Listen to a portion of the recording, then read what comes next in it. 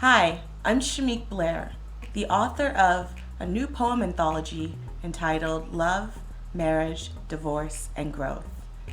I'm here to share with you how I became an author. I'm actually an educator in real life, working with children, but I've always had a passion for writing, especially poems and short stories. And I hope that as you watch this video, you'll learn a few tips on how you too can share your creative writings and your creative ideas with the world. So, Love, Marriage, Divorce, and Growth is my first published book, which is out right now on Amazon, Kobo, Indigo, Chapters, and even in Barnes & Noble. So how did I begin this process? It all started in the summer of 2020, this year, and I know we're all going through this pandemic, this COVID-19 pandemic, which has us in quarantine and social distancing from our families. It can be a very difficult time for a lot of people, and it was extremely difficult for me. But instead of becoming down and sad about it, I decided to use my energy and pour my heart and soul into writing poems. And through that process, I was actually able to write an entire book, which is now published and out available for all of you to purchase. I guess my message is, even though we're all going through a difficult time with the COVID-19 pandemic, try and use the time that is given to explore your creative space. Don't be afraid of that. We all have a message to share. We all have ideas. We all are creative in our own ways. And we should all be tapping into that, especially during such a difficult time. You don't know who your ideas may inspire or how they may change the world. So let's get into it. How did I write this book, and how did I get it published? Well, I did a lot of research on self-publishing options available, and I found that there's a lot of information on the internet. You just do a quick Google search and everybody's talking about how to self-publish.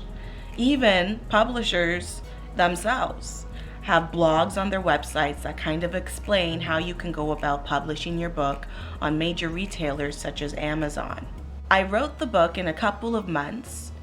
I'm very passionate about poetry, so it didn't really take me very long to get my ideas written on paper and to express what I wanted to convey. Love, Marriage, and Divorce are inspired by the personal experiences I've gone through in my own life. And so these poems are almost self-reflection lessons that I wanted to share both with myself and also with others who may be going through these experiences. After I finished writing, I decided to look into the self-publishing options available. So number one, after I've written the book, I made sure I edited it.